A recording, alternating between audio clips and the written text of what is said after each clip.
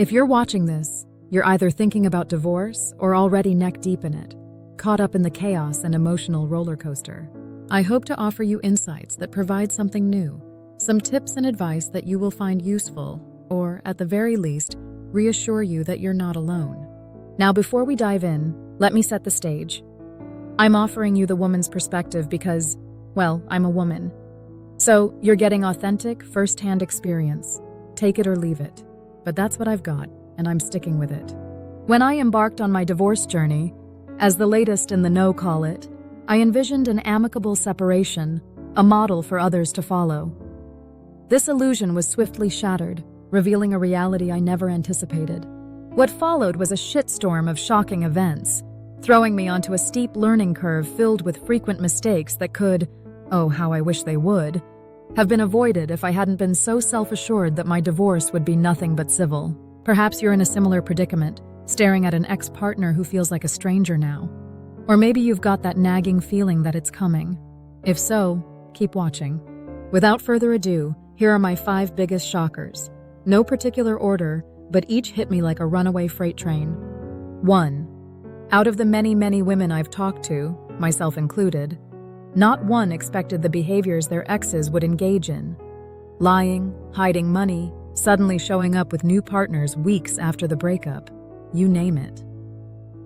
Some of these actions can be chalked up to the anger phase of grief, and they do fade over time as the ex regains a sense of normalcy. But if you're dealing with a high-conflict personality, like a narcissist, it's a different story. Those behaviors won't just go away, they'll escalate. The thirst for revenge can cloud their judgment to unbelievable extremes. And while these traits might have been hidden or less obvious while you were together, the divorce triggers something deeper, making their ego feel so threatened that it takes over completely. And to be fair, especially if your ex initiated the divorce, it could very well be you going through the anger phase and pulling some of that same crap.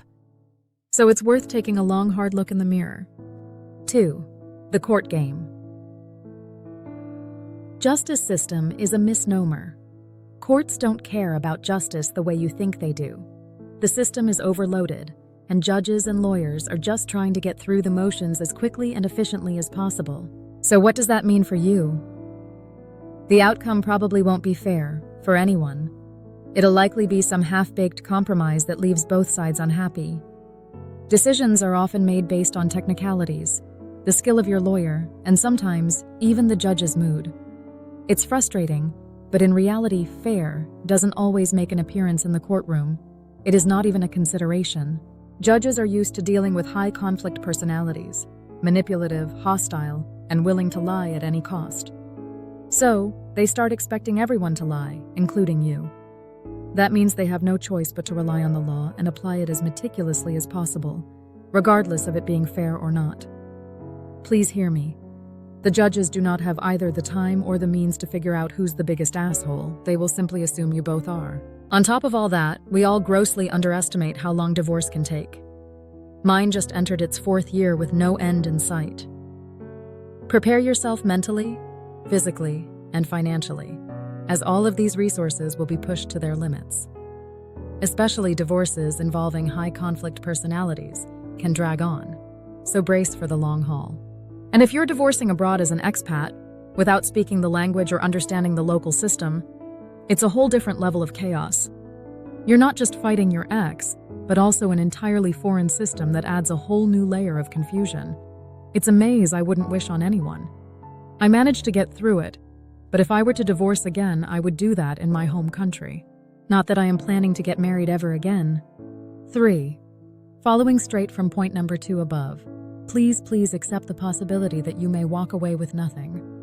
While ending up under the bridge in a cardboard box is probably a bit far-fetched, the chances of getting significantly less than what you expect, or indeed, what you would legally be entitled to, are much larger than you think. In fact, even my friends who managed to settle out of court had to make peace with the idea that their high-conflict and higher-earning ex, whom they supported for the better part of their lives, will keep most of the assets they acquired together throughout the years. It is just the way it is. A person who now sees you as their worst enemy will do anything to make sure that you get as little as possible.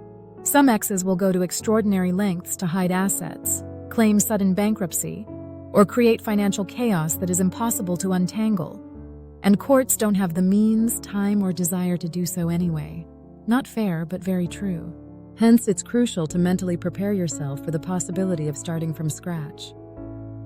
For your own mental health, let go of the idea that you are owed what you think you're entitled to. Holding on to that will only keep you tied to your ex and the past, fueling anger and resentment. Instead, focus on the freedom of starting fresh, no matter how much you lose in the process. When I finally embraced this mindset, far, far too late, the relief was immediate and profound. Forget the things you thought you'd have, and start reclaiming your peace and your future. 4. Parents, not friends. I met so many women who are desperately trying and failing to maintain a cordial relationship, or even friendship with their ex.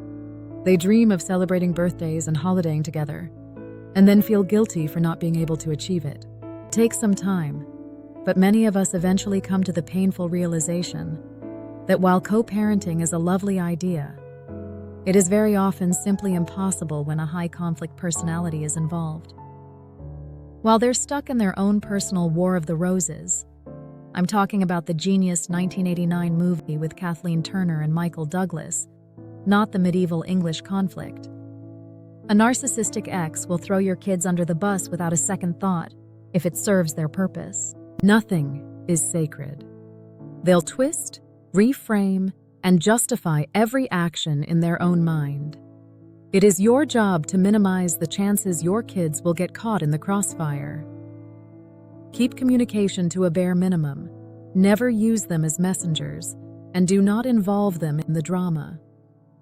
The more you can channel your inner gray rock, the less likely your ex is to get triggered into another round of chaos. Protect your kids at all costs and stay alert. There's a strong chance some kind of mess is coming your way anyway. You can't expect cooperation, and you'll need to accept that you can't control someone else's behavior, but you can control yours. You still have 50% of the time to create a safe, loving environment for your kids. Enter parallel parenting, where you and your ex operate separately, minimizing direct interaction. Use co-parenting apps and tools to manage schedules and communication to limit the chance of conflict. And above all, make sure your kids know they're loved, regardless of the mess that's going on around them. And for heaven's sake, don't try to remain friends. You are not. 5. You will emerge stronger on the other side. If you're already in the middle of it or just starting, here is a sneak peek. There is light at the end of the tunnel, I promise. It might be a 5-year-long tunnel, but it will end eventually. And when it does, you'll emerge on the other side stronger than you ever imagined. I know it feels impossible now, and yes, it sounds like a cliché.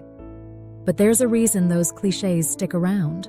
The woman you're becoming through all this is resilient, brave, and more than ready for what comes next. For me, something incredible happened. I battled an anxiety disorder for over 20 years, which disappeared during my divorce. I started to trust myself more, make decisions with confidence, and most importantly, I began to love myself again. I'm broke, I'm single, but I'm strong, happy, and healthy. And honestly, if my son can see that transformation and grow up with that example, I'll consider it all worth it. But looking back, I realized that if I had known about these challenges up front, I could have saved myself a lot of time, stress, and money. More importantly, I could have spared my son from a lot of heartache. I would have moved on faster and started living my new life sooner. I hope I can help you achieve just that. In future videos, I'll dive deeper into the everyday challenges of a high-conflict divorce, offering practical tips and lessons learned from my own experience, as well as from the experiences of many women who shared their stories with me. I'll also share mistakes we made so you can avoid them. If you'd like to join the conversation, share your thoughts, or need support, subscribe, and let's build a community where we can learn from each other. We can conquer anything, just need a little help sometimes.